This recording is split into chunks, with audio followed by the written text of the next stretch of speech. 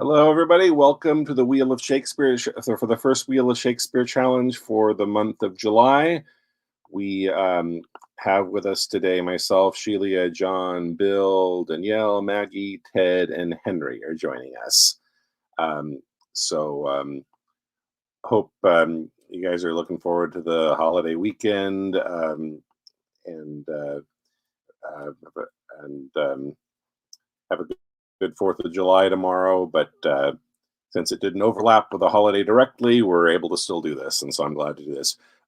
Anyway, based on the randomly determined order, it's perfect. Danielle, who we missed last week, is going to get to be the first to go this time. So Danielle is up, and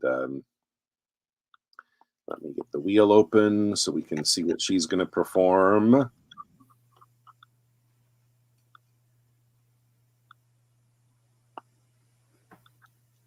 Go. Okay, so Danielle is going to perform. Okay,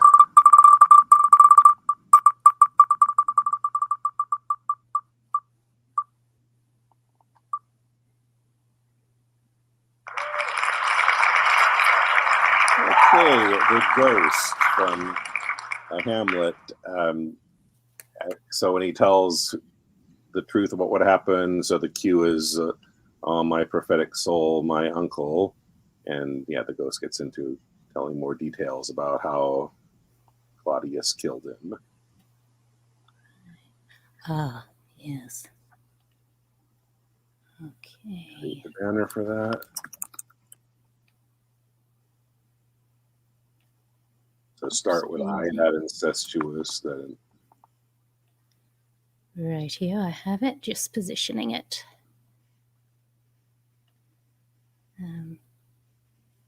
Okay, so whenever you're ready, go ahead. Thank you.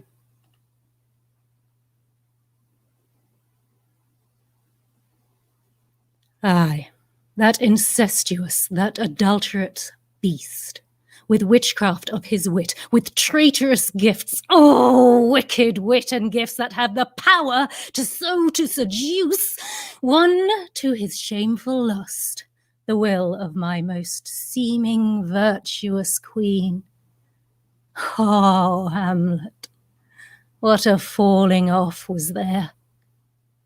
From me, whose love was of that dignity, that it went hand in hand even with the vow I made to her in marriage, and to decline upon a wretch whose natural gifts were poor to those of mine.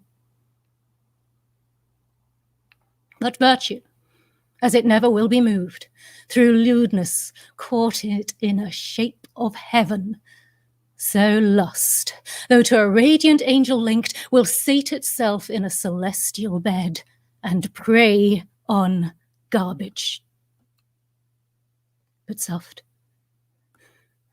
Methinks I scent the morning air. Brief let me be, sleeping within my orchard, my custom always of the afternoon. Upon my secure hour thy uncle stole, with juice of cursed Hebanon in a vial, and in the porches of my ears did pour the leprous distilment, whose effect holds such an enmity with blood of man that swift as quicksilver it courses through the natural gates and alleys of the body, and with a sudden vigour doth posset and curd, like eager droppings into milk, the thin and wholesome blood.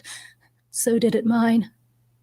And a most instant tetter barked about, most lazar-like, with vile and loathsome crust, all my smooth body. Thus was I, sleeping by a brother's hand, of life, of crown, of queen, at once dispatched, cut off even in the blossoms of my sin, unhouselled, disappointed, unannailed, no reckoning made, but sent to my account with all my imperfections on my head. Oh, horrible, horrible, most horrible. If thou hast nature in thee, bear it not. Let not the royal bed of Denmark be a couch for luxury and damnest incest. But howsoever thou pursuest this act, taint not thy mind, nor let thy soul contrive against thy mother aught. Leave her to heaven, and to those thorns that in her bosom lodge, to prick and sting her. Fare thee well at once. The glowworm shows the matin to be near, and gins to pale his uneffectual fire. Adieu, adieu, Hamlet. Remember me.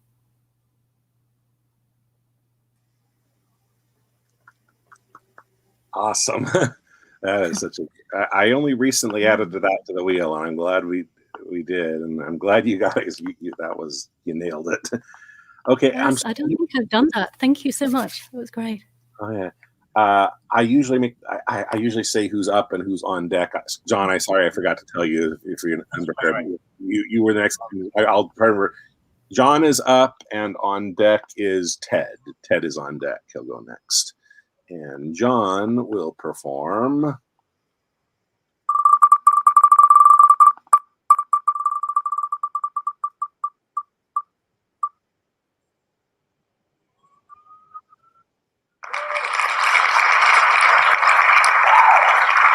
Okay, Queen Margaret in Richard III. Yeah, she has the great monologue in the Henry VI trilogy. This is Queen Margaret after she's been deposed and the Yorks have won, and she's reflecting the injustice that was done to her family. So Act 1, Scene 3, approximately, it's toward the middle where she comes in, haunting the scene. Okay, here. Let me see here. Trouble.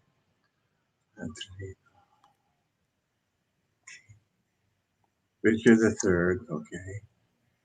Act 1, Scene 3, was it? Yes. Okay. And that was beginning with, I'm sorry, I didn't. Let's see, it begins with, what were you snarling? I believe is how it begins.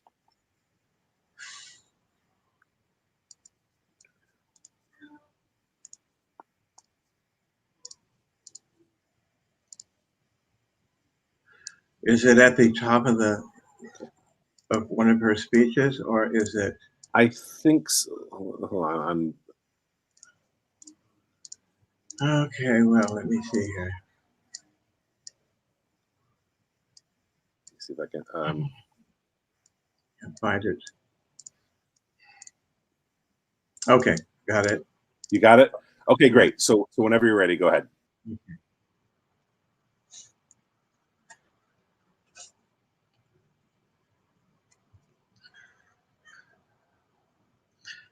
What were you snarling all before I came, ready to catch each other by the throat and turn you all your hatred now on me? Did York's dread curse prevail so much with heaven that Henry's death, my lovely Edward's death, their kingdom lost, my woeful banishment, could all but answer for that peevish brat? Can curses pierce the clouds and enter heaven? Why then, give way, dull clouds, to my quick curses. If not by war, by surfeit die your king, as ours by murder to make him a king. Edward thy son, which now is Prince of Wales, for Edward my son, which was Prince of Wales, die in his youth by the like untimely violence. Thyself a queen, for me that was a queen, outlive thy glory like my wretched self. Long mayst thou live to wail thy children's loss, and see another, as I see thee now, deeked in thy rights as thou art stalled in mine. Long die thy happy days before thy death, and after many lengthened hours of grief, die neither mother, wife, nor England's queen. Rivers and Dorset, you were standers by, and so was then Lord Hastings, when my son was stabbed with bloody daggers. God, I pray him that none of you may live your natural age, but by some accident cut off. Thank you. Okay. Nice. So Ted is up next, and on deck is Eleanor, who just joined us. Now, Ted, you emailed me about an hour ago about difficulties. We know sometimes your computer freezes and so forth, and that's a shame. But I mean, you still perform well, and it doesn't seriously interrupt the flow of anything. So nobody, I don't think it. I think I speak for everybody when I say I don't mind. Okay. You mentioned you think it doesn't when I keep you, like when I take other people, including myself, out of the stream, and you'll then take up the whole screen.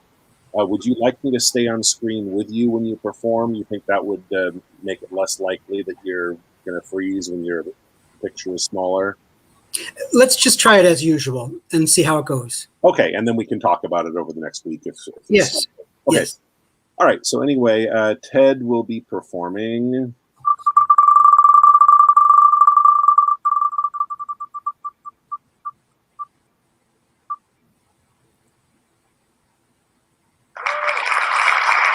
Oh, Lord Capulet. He's berating Juliet for not wanting to marry Paris. And I believe it starts, God's bread, it makes me mad. Act 3, Scene 5.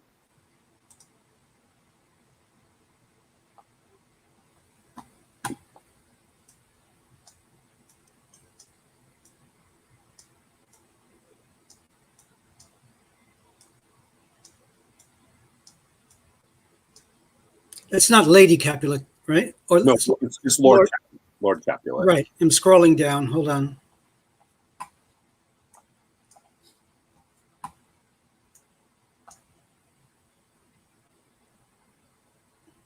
Starts with how now? Chop logic? No. I think it starts, God's bread, it makes me mad. I Got it. If you start with the one Got it. with an earlier one, Juliet might interrupt, and you can do it and skip over her part if you feel comfortable. Whatever. No, I found it. Okay, great. So whenever you're ready, go ahead. God's bread, it makes me mad. Day, night, hour, tide, time, work, play. Alone, in company. Still my care hath been to have her matched. And having now provided a gentleman of noble parentage, of fair demensis, youthful and nobly trained, stuffed, as they say, with honorable parts, proportioned as one's thought would wish a man, and then to have a wretched puling fool, a whining mammet, in her fortune's tender, to answer, I'll not wed, I cannot love, I am too young, I pray you, pardon me. But as you will not wed, I'll pardon you. Graze where you will, you shall not house with me. Look to it, think on it. I do not use to jest. Thursday is near. Lay hand on heart, advise, and you be mine. I'll give you to my friend, and you be not hang, beg, starve, die in the streets, for by my soul I'll ne'er acknowledge thee, nor what is mine shall never do thee good.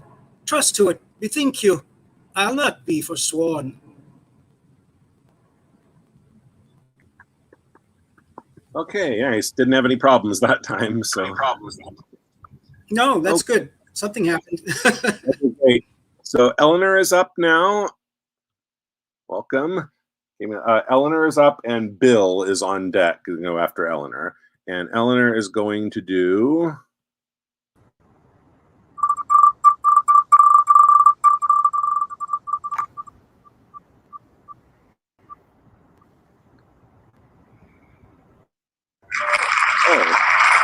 This is the epilogue to The Tempest. I did this one last week. I must have accidentally not had it removed from the wheel like it was supposed to have been. Although it's only been done once. It's your option. If you've spun it, if you want to perform it, you can, or I can remove it because it should have been removed last week after I did it, at least for temporarily retired. Or you can. It's your choice. I could do it. Okay. So I'll temporarily retire it after you perform it. So, Okay. to the very, very end, the epilogue. I found it. Okay, so whenever you're ready, go ahead. I am ready. Now my charms are all o'erthrown, and what strength I have's mine own, which is most faint. Now 'tis true, I must be here confined by you, or sent to Naples. Let me not, since I have my dukedom got and pardoned the deceiver, dwell in this bare island by your spell, but release me from my bands with the help of your good hands.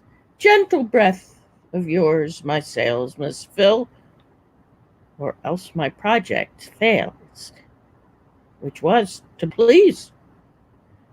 Now I want spirits to enforce, art to enchant, and my ending is despair, unless I be relieved by prayer, which pierces so that it assaults mercy itself and frees all faults, as you from crimes would pardoned be.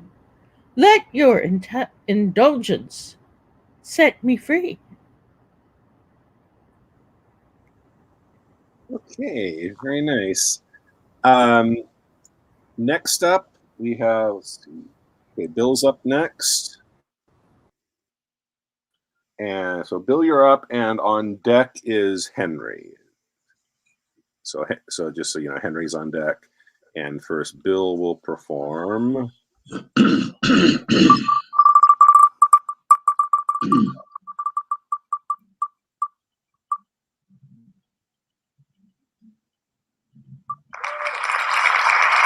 Oberon, I know a bank where the wild time blows.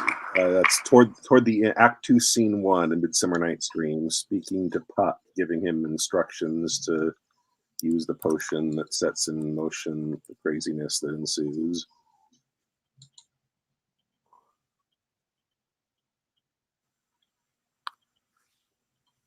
So Act 2, Scene 1, 258 lines in, so that would be toward the end of the scene. Okay. Got it? Not yet.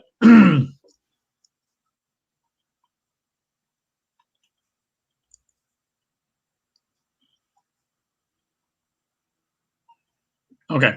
Okay, so whenever you're ready, go ahead.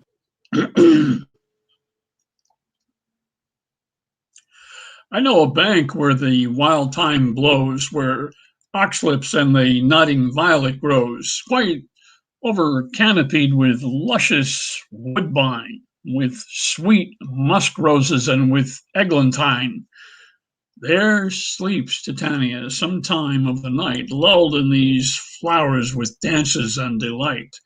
And there the snake throws her enameled skin, weed wide enough to wrap a fairy in. And with the juice of this, I'll streak her eyes and make her full of hateful fantasies.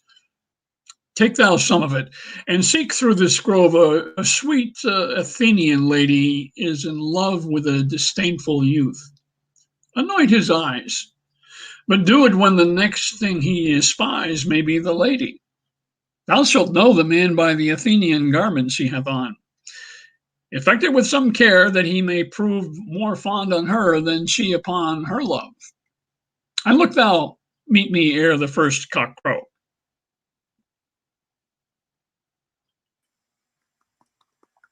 Okay, that was one of the short but sweet ones. Okay, Henry is up, and then let's see, and Maggie is on deck. Maggie will go after Henry, but first, Henry is going to perform.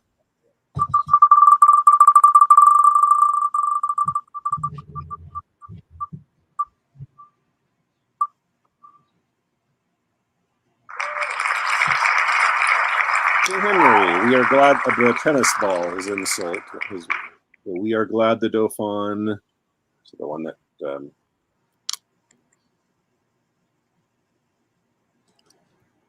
The cue is tennis balls, my liege, and Yeah. your response to that. Act 1, Scene 2. Mm. I'm sorry, I didn't put how many Where lines. does it start? Oh, how does it start? Sure, we thank you, my learned lord. I believe it starts with "We are glad the Dauphin is so." I can't remember the next word, but there's "What treasure, uncle? Tennis balls, my liege," and then "We are glad the Dauphin." I believe I'm not skipping anything. That's how it goes. So is it some way down? Oh, there we are. I've got it. Okay, great. So whenever you're ready, go ahead. All right.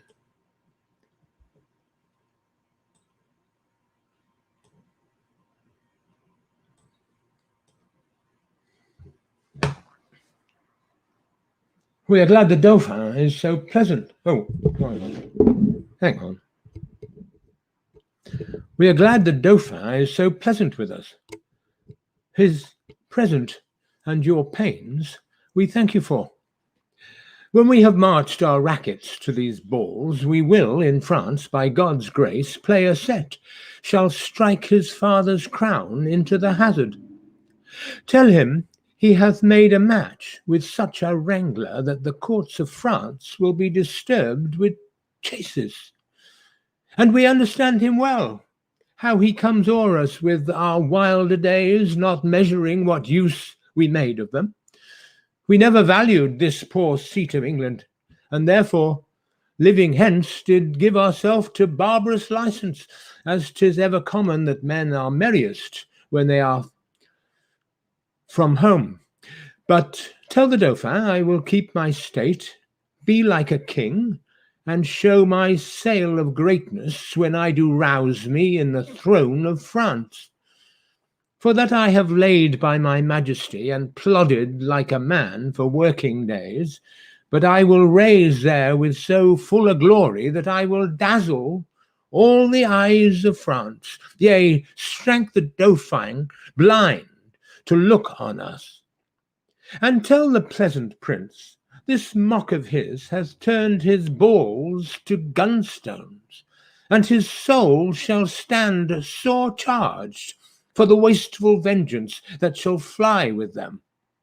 For many a thousand widows shall this his mock out of their dear husbands, mock mothers from their sons, mock castles down. And some are yet ungotten and unborn that shall have cause to curse the Dauphin's scorn. But this lies all within the will of God, to whom I do appeal, and in whose name tell you the Dauphin I am coming on, to venge me as I may, and to put forth my rightful hand in a well-hallowed cause. So get you hence in peace, and tell the Dauphin his jest will savour but of shallow wit, when thousands weep more than did laugh at it. Convey them with safe conduct. Fare you well.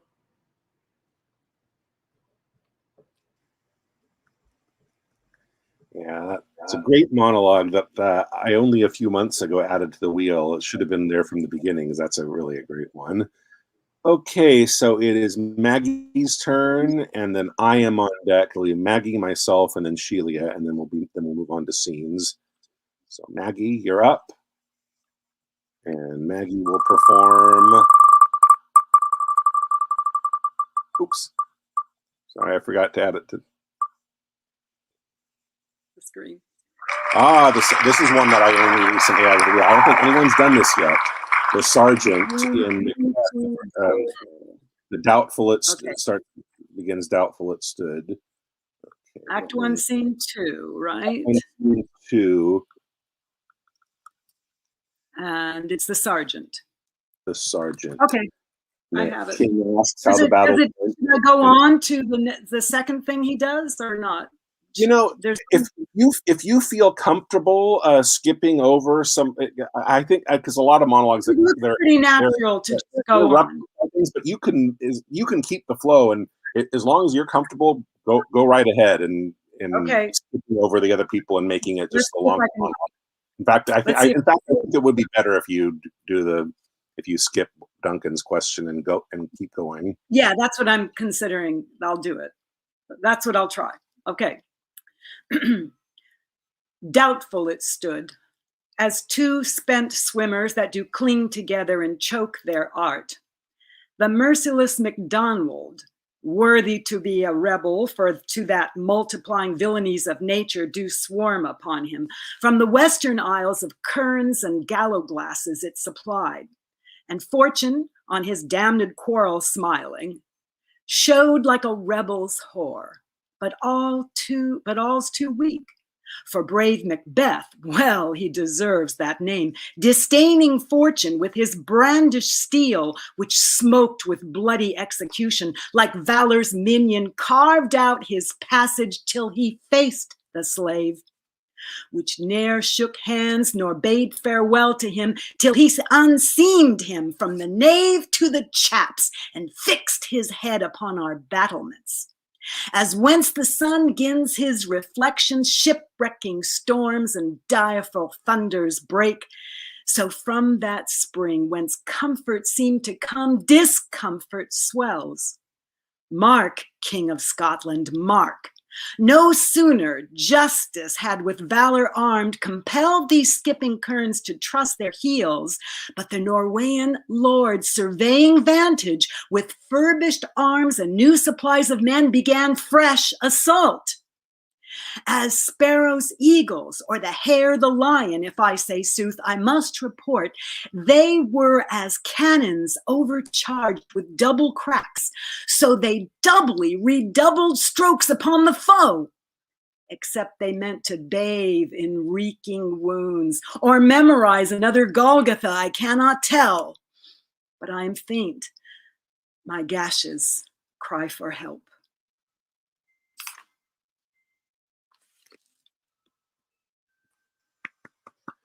Okay, great.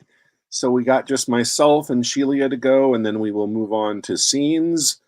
So Shelia is on deck, but first I will perform.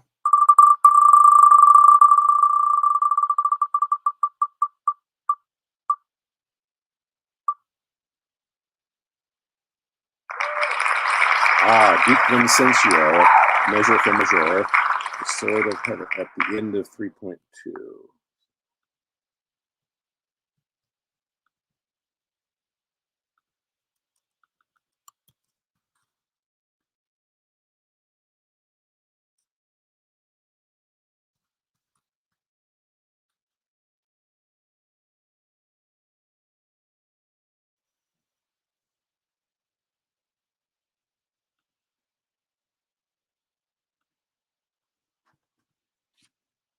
Okay.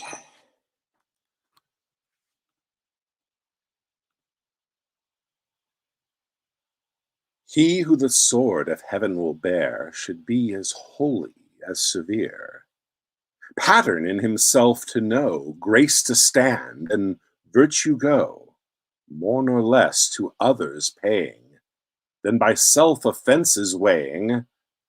Shame to him whose cruel striking kills for faults of his own liking. Twice treble shame on Angelo to weed my vice, and let his grow.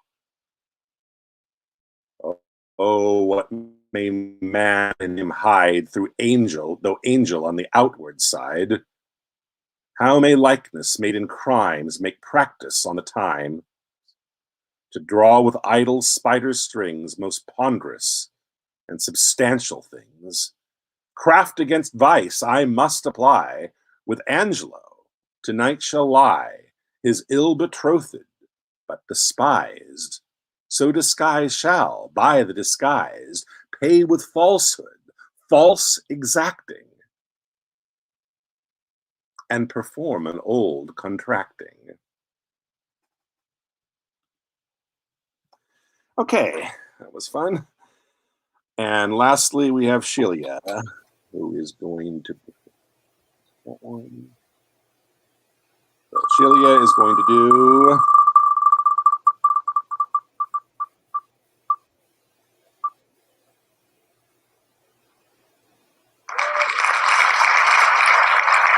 Edward, have I had time to... Have you done this one? It's been done... it was several months ago, and then we retired it temporarily and put it back on the wheel. But you're not the one who's done this before, are you? I don't think so. Which is Okay, so then it shouldn't be a problem for you to do it. This is when King Edward finds out that Clarence was killed, despite his reversing the order of death on his deathbed.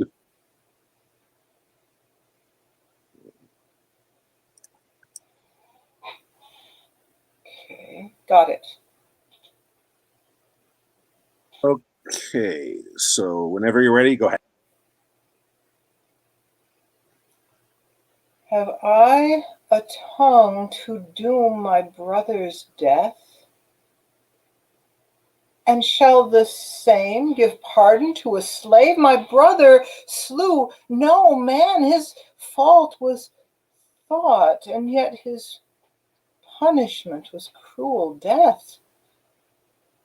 Who sued me for him? Who in my rage kneeled at my feet and bade me be advised? Who spake of brotherhood? Who spake of love? Who told me how the poor soul did forsake the mighty Warwick and did fight for me? Who told me in the field by Tewkesbury when Oxford had me down, he rescued me and said, dear brother, live and be king? Who told me when we both lay in the field, frozen almost to death, how he did lap me even in his own garments and gave himself all thin and naked to the numb, cold night? All this from my remembrance. Brutish wrath, sinfully plucked, and not a man of you had so much grace to put it in my mind. But when your carters or your waiting vassals have done a drunken slaughter and defaced the precious image of our dear Redeemer, you straight are on your knees for pardon. Pardon. And I unjustly too must grant it you. But for my brother not a man would speak, nor I ungracious speak unto myself for him. Poor soul. The proudest of you all had been beholding to him in his life, yet none of you would once plead for his life. Oh God, I fear thy justice will take hold on me and you and mine and yours for this. Come, Hastings, help me to my closet. Oh, poor Clarence.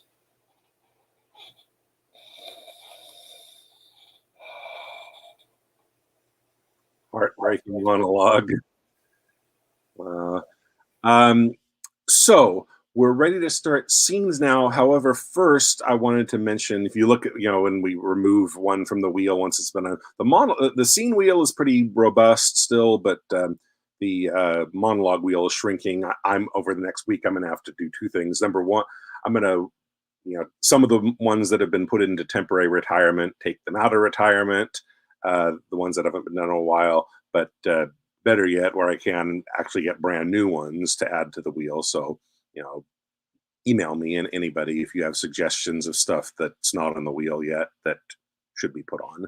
So that's just a thought to consider. So anyway, we're doing, for our scenes, we have 4 of us will be in a scene, the opening of Coriolanus.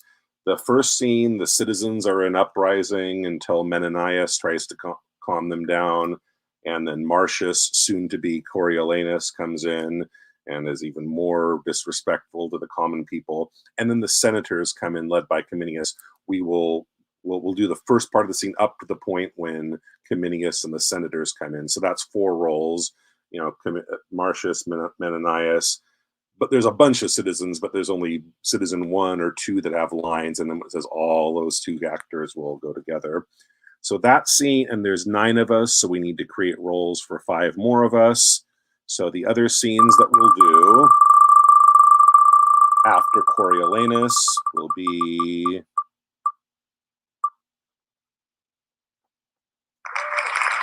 Measure for Measure, Angelo and Isabella confrontation. That's the end of Act 2, Scene 4. Basically, where you see the treachery that the Duke was condemning in the monologue that I did.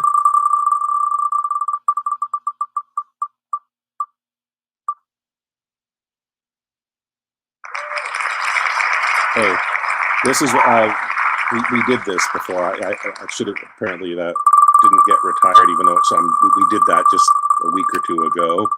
So not that one.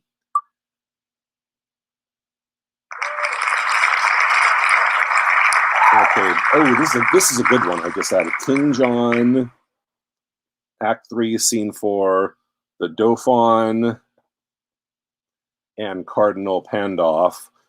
That's the scene where the Dauphin is lamenting the fact that England and France have made peace, so he can't lead his army to conquer the French, to conquer the English like he wanted to.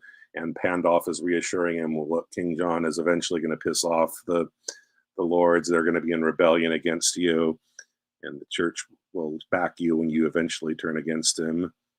And so that's 8. One more person's going to need a role, so we'll do 1 additional scene.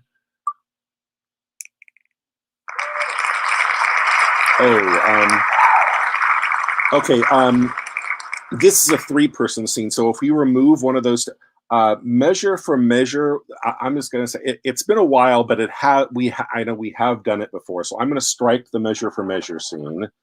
So if we do Coriolanus plus the King John scene plus Henry V, Act 5, Scene 1, that has 3 roles, that will be 9 roles. So all of us will get a part.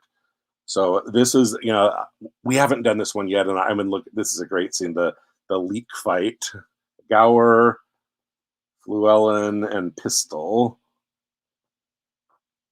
One that is cut from most productions, but which is unfortunate because it's a good scene by itself. It's the Olivier version of Henry V includes it, but it is cut from the Branagh's version, as great as it is. So once again, the 3 I'm sorry, I gotta do the 3 scenes that we're gonna do are the opening of Coriolanus, the two citizens, Menenius and Marcius, to cast, and then we'll do King John with the Dauphin and Cardinal Pandulph, and then we'll do Henry V, Act 5, Scene 1, the leek fight, Gower, Fluellen, and Pistol. So those are the 9 roles to be cast. Let's see who's not here. So Alex is not here. Elizabeth is not here.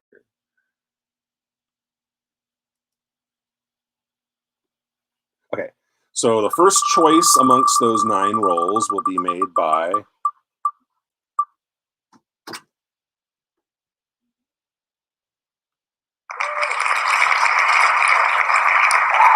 Okay, John, you get first choice of those roles. How about the first citizen without an accent, though? Okay, so the first citizen in Coriolanus. Yes, please. Okay, next choice will be made by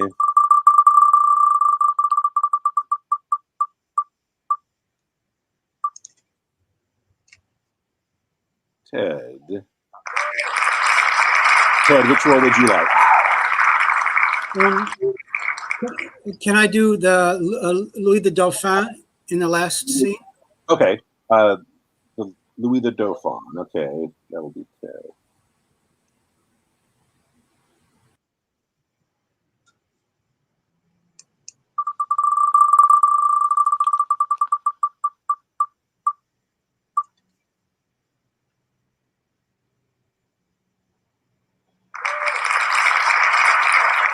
Okay, Bill, what would you like? Menenius, please. Menenius. Good roll. Not just in that scene, but in the whole play.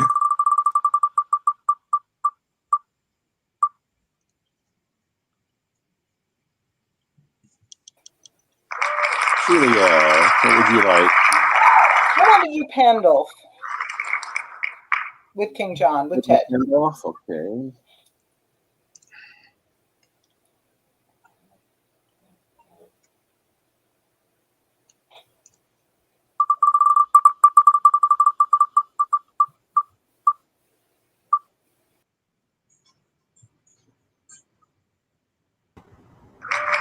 Eleanor, what would you like? I had actually wanted the Isabella in Measure for Measure before you snatched it away. Yeah, sorry, that's part of the randomness. You might get that. I just since 3 rolls came up that way, we'll have the 9. What would you like of what remains? Gower, Fluellen, Pistol, Second Citizen, or Marcius?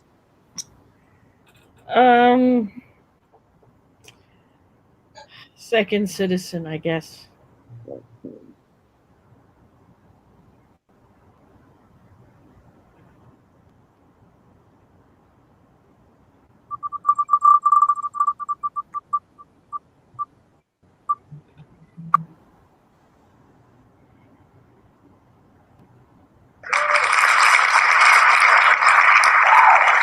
Yeah, what would you like?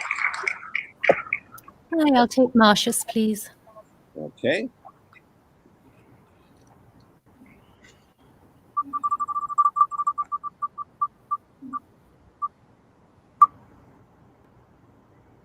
We're down to the Henry V scene. I thought people would like that better. Maggie. I guess, I guess I will take Fluellen. Darn, I wanted that. Okay. Next I time. thought I'd have a chance when everybody was making that scene their last choice, but okay.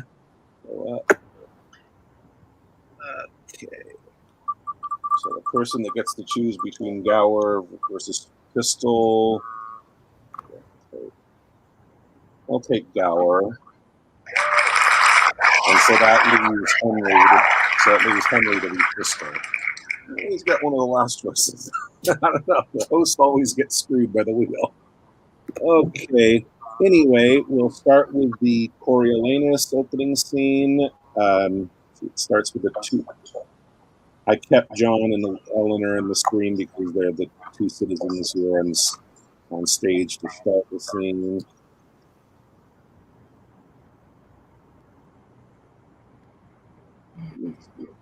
Give me a second before you start.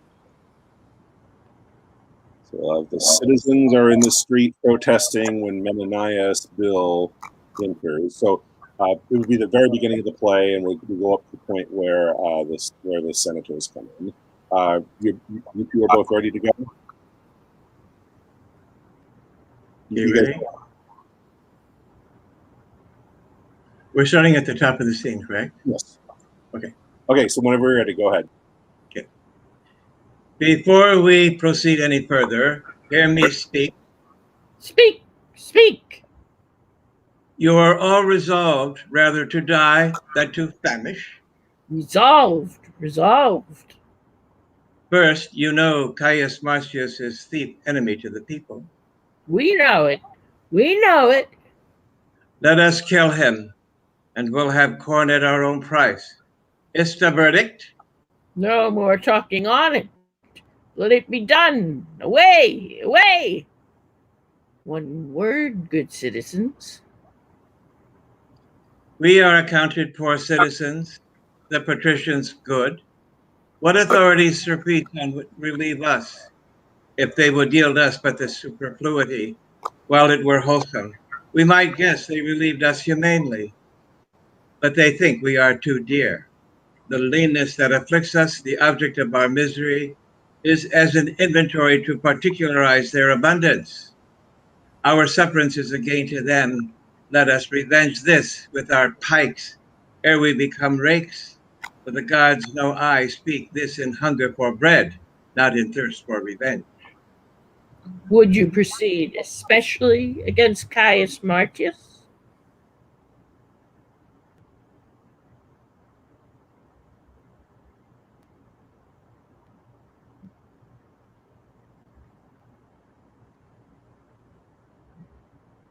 Okay, all of us goes against him first. He's very dogged to the commonality. Consider you what services he has done for his country. Very well, and could be content to give him good report for it, but that he pays himself with being proud. Nay, but speak not maliciously. I say unto you, what he hath done famously, he did is to that end, though self-conscious men can be content to say it was for his country he did it, to please his mother, and to be partly proud, which he is even till the altitude of his virtue. What he cannot help in his nature, you account a vice in him. You must in no way say he is covetous. If I must not, I need not be barren of accusations. He hath faults with surplus to tire in repetition. What shouts are these? The other side of the city is risen. Why say we prating here? To the capital. Come, come. Soft, who comes here? Worthy Menenius Agrippa, one that hath always loved the people. He's one honest enough. Would all the rest were so. What works, my countrymen in hand? Where go you with bats and clubs? The matter? Speak, I pray you. Our business is not unknown to the Senate. They have had inkling this fortnight what we intend to do. But now we'll show them in deeds. They say poor suitors have strong breaths. They shall know we have strong arms too. Why, masters, my good friends, mine honest neighbors, will you undo yourselves? we cannot, sir. We are undone already. We cannot, sir. We are undone already. I tell you, friends, most charitable care have the patricians of you. For your wants, your suffering in this dearth, you may as well strike at the heaven with your staves as lift them against the Roman state, whose course will on the way it takes, cracking 10,000 curbs of more strong link asunder than can ever appear in your impediment. For the dearth, the gods, not the patricians, make it, and your knees to them, not arms, must help. Alack, you are transported by calamity, thither more attends you, and you slander the helms of the state, who care for you like fathers when you curse them as enemies. Care for us? True enough. They ne'er cared for us yet. Suffer us to famish, and their storehouses crammed with grain. Make edicts for usury to support usurers. Repeal daily any wholesome act established against the rich, and provide more piercing statutes daily to chain up and restrain the poor. If the wars eat us up, they will, and there's all the love they bear us. Either you must confess yourselves wondrous malicious, or be accused of folly. I shall tell you a pretty tale. It may be you have heard it, but since it serves my purpose, I will venture to stale it a little more. Well, I'll hear it. Sir. Yet you must not think to fob off our disgrace with a tale, but, an it please you, deliver. There was a time when all the body's members rebelled against the belly, thus accused it, that only like a gulf it did remain in the midst of the body, idle and unactive, still comforting the viand, never bearing like labor with the rest, where the other instruments did see and hear. devise, instruct, walk, feel, and mutually participate, to administer unto the appetite and affection common of the whole body. The belly answered, Well, sir, what answer made the belly? Sir, I should tell you, with a kind of smile which ne'er came from the lungs, but even thus. For look you, I may make the belly smile as well as speak. It tauntingly replied to the discontented members, the mutinous parts that envied his receipt. Even so, most fitly as you malign our senators, for that they are not so much as you. Your belly's answer. What the kingly crowned head, the vigilant eye, the counselor heart, the arm our soldier, our steed, the leg, the tongue our trumpeters, with other muniments and petty helps in this our fabric, if that they... What then? For me this fellow speaks. What then? What then? Should by the cormorant belly be restrained, who is the sink of the body. Well, what then? The former agents, if they did complain, what could the belly answer? I will tell you, if you bestow a small of what you have little, patience a while, you'll hear the belly's answers. You're long about it. Note me this, good friend. Your most grave belly was deliberate, not rash like his accusers, and thus answered. True is it, my incorporate friends, quoth he, that I received the general food at first, which you do live upon, and fit it is, because I am the storehouse and the shop of the whole body. But if you do remember, I send it through the rivers of your blood, even to the court, the heart, to the seat of the brain, and through the cranks and offices of man. The strongest nerves and small inferior veins from me receive that natural competency whereby they live. And though that all at once, you, my good friends, this says the belly, mark me. Aye, sir. Well. Though all at once cannot see what I do deliver out of to each, yet I can make my audit up, that all from me do back receive the flower of all, and leave me but the bran. What say you to it? It was an answer. I'll apply you this. The senators of Rome are this good belly, and you, the mutinous members. For examine their counsels and their cares, digest things rightly touching the weal of the common. You shall find no public benefit which you receive, but it proceeds or comes from them to you, in no way from yourselves. What do you think? You, the great toe of this assembly? I, the great toe. Why the great toe? For that being one of the lowest, basest, poorest, and of this most wise rebellion thou goest foremost. Thou rascal, thou art worst in blood to run. Leadest first to win some vantage, but make you ready your stiff bats and clubs. Rome and her rats are at the point of battle. The one side must have bail. Hail, noble Marcius.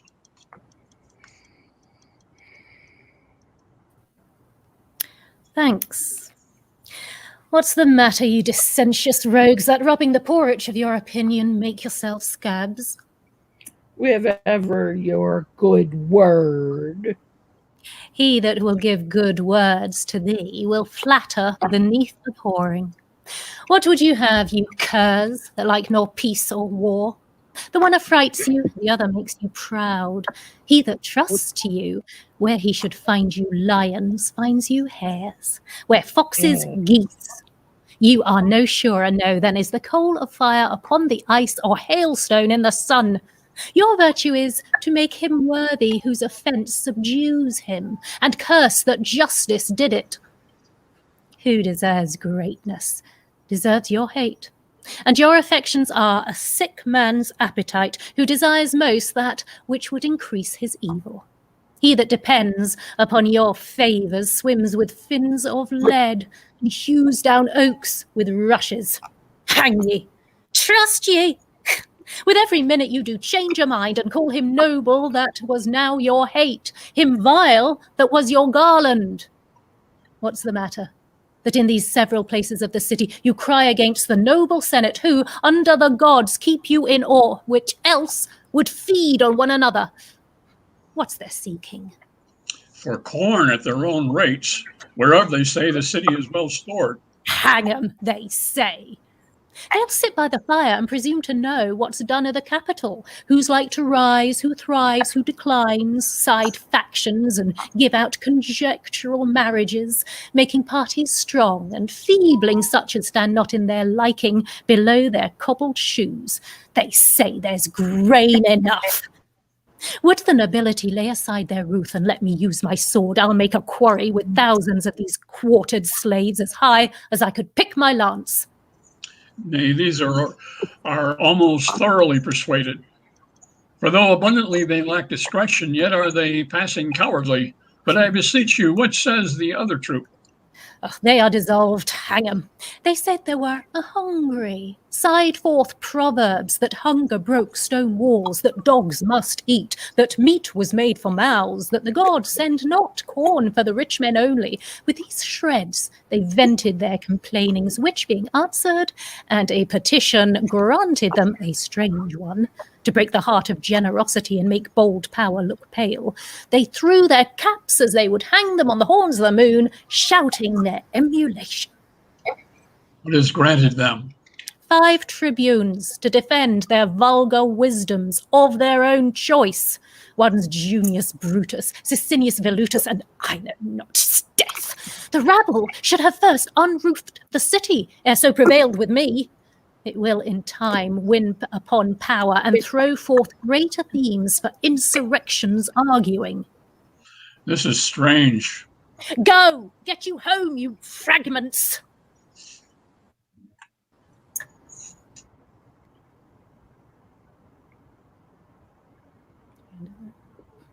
Okay, very nice. We'll now move on to the King John scene, Cardinal Pandulph, and those are going to be played by Head and Sheila. What act? What scene? Act 3, Scene 4. Let me. I was monitoring. It's about a third of the way in. 3, Scene 4. Yes, after the exit of Constance and King Philip. Yeah. Oh, yes, I got the wrong. Where does it start? After Constance and King Philip exit, then Lewis and Cardinal Pandulph speak. Constance, King Philip, and let me try to find the first line of it. Lewis, there's nothing in this world can make me joy.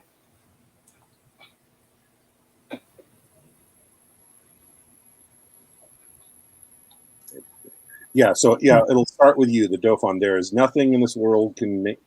So Constance exits, Philip exits, then it's just Lewis and the Cardinal on stage. It starts with there is nothing in this world can make me joy, and Pandulph tries to cheer him up by talking about the future plans. So whenever you two are ready, go ahead with that.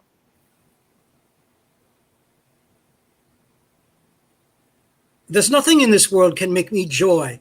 Life is as tedious as a twice-told tale, vexing the dull ear of a drowsy man, and bitter shame hath spoiled the sweet world's taste, that it yields naught but shame and bitterness.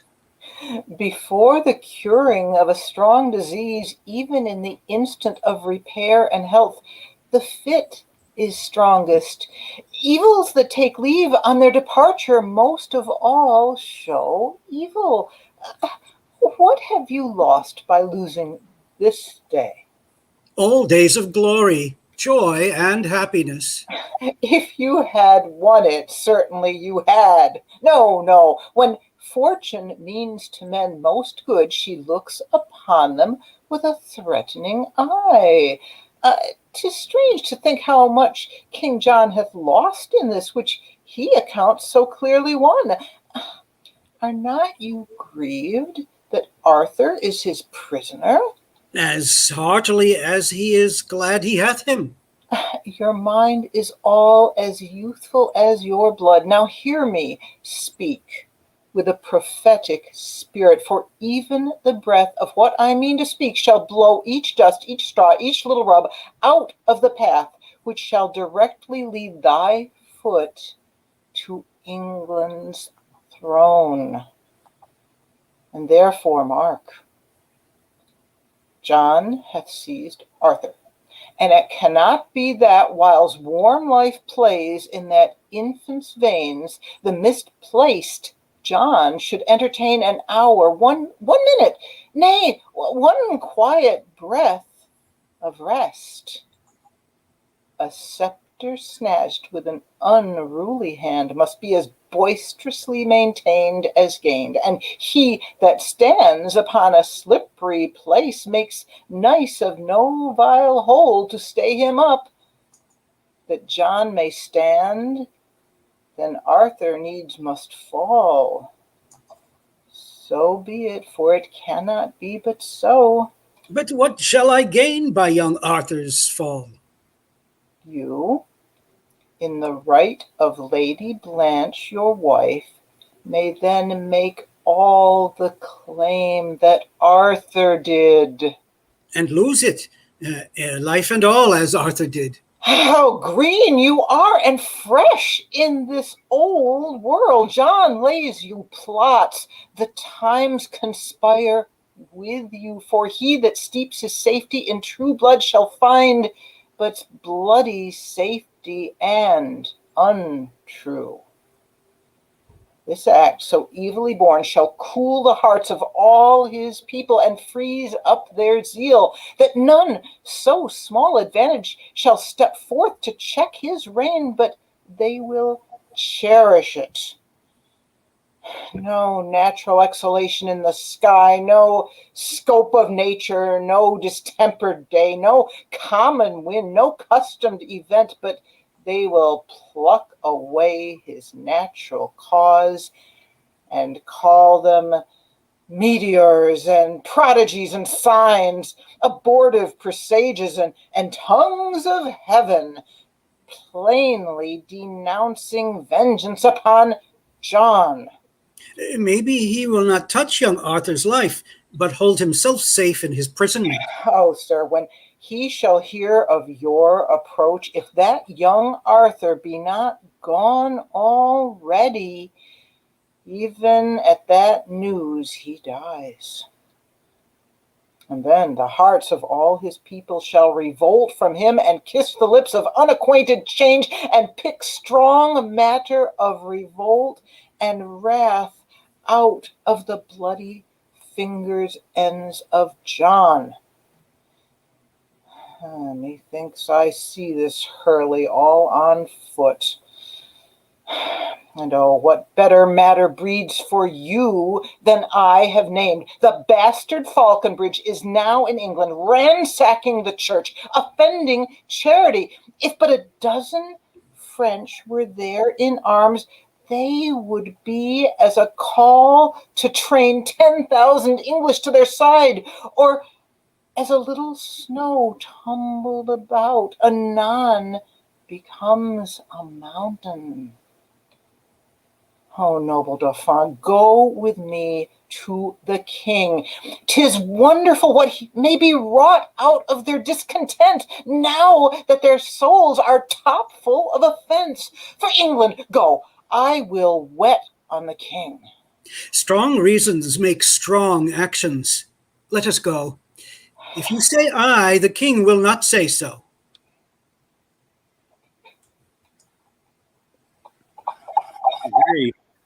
Great scene from one of the Bard's most underrated plays, in my opinion. We had a good reading of that with Eager Beaver Shakespeare a couple weeks ago, and I've still got that here on my YouTube channel. Those of you who are interested in that. But great scene, and Sheila and Ted did well with that. So the last scene we have is the leek fight from Henry V, Fluellen, Gower, and Pistol. So Crystal and Maggie is Fluellen. You guys have, both of you found the scene, so you're ready to go. I did before, and then I lost it again, so please remind me. So it's the Act Henry V, Act 5, Scene 1. I'm going to take Henry out of the scene when we start because it's just Gower and Fluellen on before Pistol. Okay. So I got it. Before I take you out, Henry, you're good to go. You know where we are. Yeah. Okay. So so I'll start. So I'm Gower and you're Right. Nay, that's right. But why wear you your leek today? St. Davy's Day is past. There is occasions and causes why and wherefore in all things. I will tell you, ass my friend, Captain Gower, the rascally, scald, beggarly, lousy, pragging knave Pistol, which you and yourself and all the world know to be no better than a fellow, look you now, of no merits, he is come to me and brings me preed and salt yesterday. Look you, and bid me eat my leek. It was in place where I could not breed no contention with him, but I will be so bold as to wear it in my cap till I see him once again, and then I will tell him a little piece of my desires. Why, here he comes, swelling like a turkey cock. 'Tis no matter for his swelling nor his turkey cocks. God bless you, ancient Pistol, you scurvy, lousy knave. God bless you.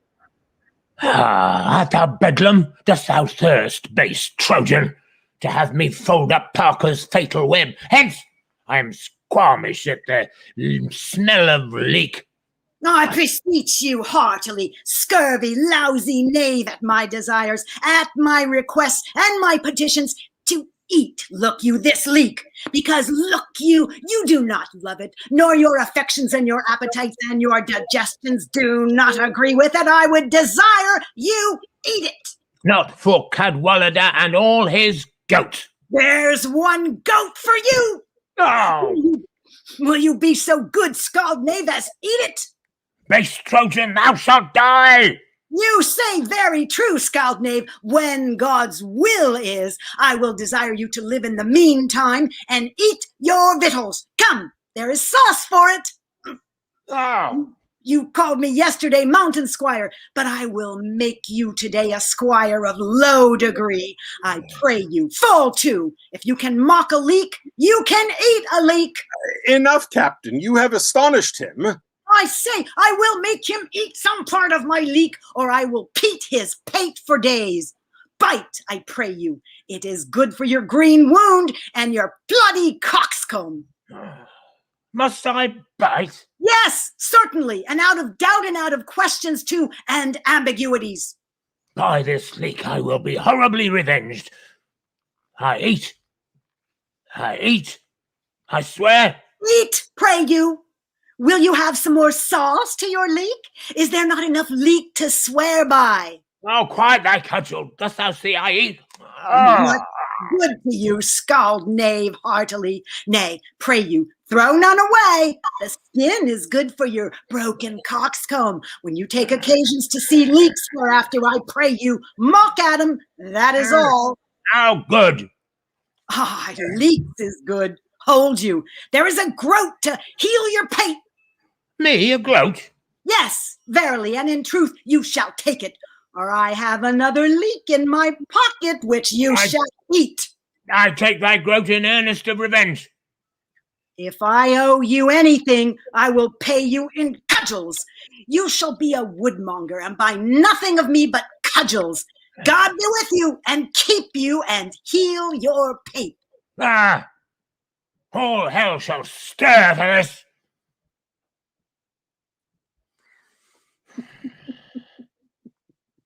Go, you are a counterfeit, cowardly knave. Will you mock at an ancient tradition begun upon an honorable respect and worn as a memorable trophy of predeceased valor, and dare not avouch in your deeds any of your words? I have seen you gleeking and galling at this gentleman twice or thrice. You thought, because he could not speak English in the native garb, he could not therefore handle an English cudgel. You found it otherwise, and henceforth let a Welsh correction teach you a good English condition. Fare you well. Does fortune play the huzzard with me now? News have I that my Nell is dead, in a spittle of malady in France. And there my rendezvous is quite cut off. Old do I wax, and from my weary limbs honour is cudgelled. Well, bored I'll turn, and something lean to cut purse of quick hand. To England will I steal, and there I'll steal, and patches will I get unto these cudgelled scars, and swear I got 'em in the Gallia wars.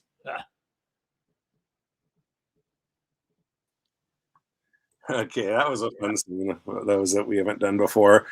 Okay, lastly, I have the wheel where we'd spin for the longer scene, although while we were performing there, let me just mention, I'll spin for the longer scene, but if people feel strongly about this, even though we've spun it, or maybe it'll be the last time we do it in the next week, but some people were mentioning that they didn't like the longer scenes. Others said they thought the problem was the fact that we weren't all using the same edition. I should mention that if that was the problem, speaking over line, it might have been that the two citizens, when it says all, they were supposed to be speaking at the same time. But I know there have been problems before. I think when we were doing the Richard II scene, and we were saying, okay, but Duke of York, but it doesn't say Edmund of Langley. Well, Edmund of Langley was the Duke of York. It depended on what edition we're using. So I want to emphasize again that if people were getting that wrong, the one I'm going to, I go to the website shakespeare.mit.edu. That's the one I was using. So if we're all doing that, we're all on the same page. That shouldn't be a problem. But if you guys if you hate the idea of scenes of more than 3, let me know. I know at least one of you feels that way, but let me know in email over the next week if you'd like me to stop adding the longer scene. But for now, I'm going to go ahead and spin for it. And then while I'm spinning, let me know in the text if you have any announcements. I know that I have Eager Beaver announcements for myself and Shelia. And I know Bill has an announcement about something that I'll let him make. But if besides those 3, if you have an announcement, let me know in the comments so I make sure to add you to the stream before I end the broadcast. So anyway, the longer scene for next week, assuming you don't vote to discontinue that feature, would be Richard II. Oh, it's actually 2 scenes back. Again, I hope you don't, because this one will be a fun one to do. 2 scenes back to back where the Duke of York, again, showing the he's switched allegiance based on who was winning, and now his son, who's still loyal to Richard, they find out in his palace that his son is seeking to betray Bolingbroke and put Richard back on the throne, and then they immediately run away, one to report to the king and the other to beg the king's mercy.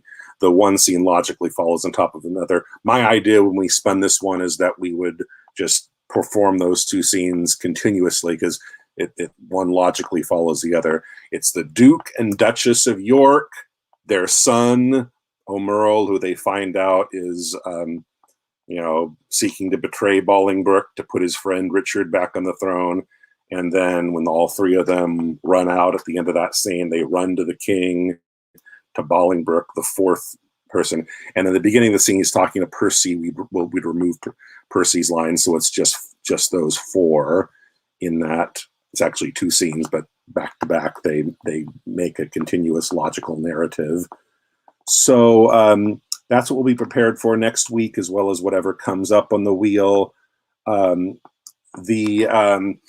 As far as announcements, Eager Beaver isn't doing anything tomorrow, but a week from tomorrow, Vincent and Eager Beaver are doing Romeo and Juliet.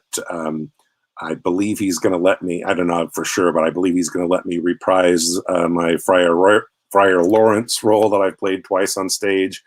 and then 2 weeks later, 2 weeks after that, they're doing Henry IV, and I believe Sheila, I believe he's going to let you do. You get to be Falstaff in that. I get to be Falstaff. I'm looking forward to I playing don't with that know man. what I'm going to be in that yet. I asked. I mean, I'm going to see about being the king. I'd asked to be Bolingbroke. That. Well, he's now at King Henry, but then he ended up taking that role. That's why I'm not sure when he said that I'm a role that he's not going to take it away from me. But I'll probably suggest that. I don't know what I'll be in that. But again, a week from tomorrow, Eager Beaver does Romeo and Juliet, which I'll do.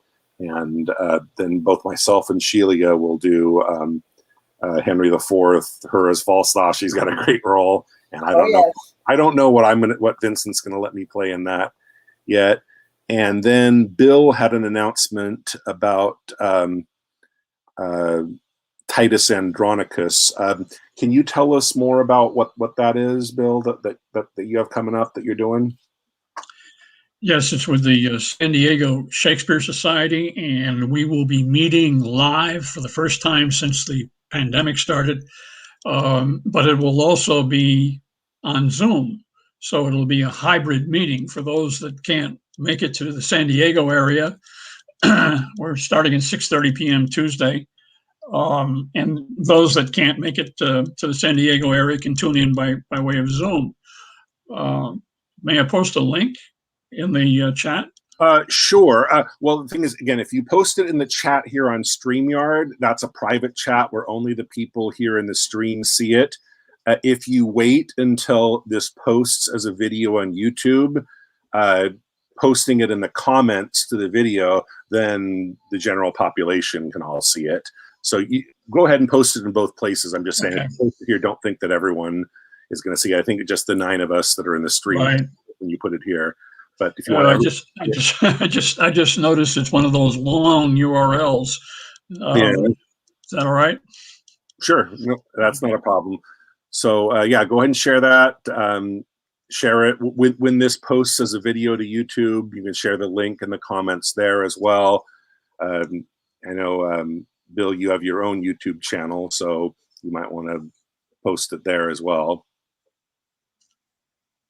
Well, Sheila, were you asking whether this will be recorded? If you're asking about the Titus Andronicus reading, I do not know. I really am not running the show, and it's the first time we're doing it, so I don't know. That's my answer. Sorry. Okay. Any other announcements? I'll look in the comments to see if you have an announcement, and I'll put you back in the stream. Okay, I guess not. So that wraps up the activity for this week. Let me know what you think about the longer scenes. If I'll let the majority rule on that. I mean, I like doing them, but if other people feel the way Sheila did about not liking scenes with more than 3, just let me know, and we'll figure out where we're going to go from here. But otherwise, we'll see you guys next week. Same Bard time, same Bard channel. Bye now.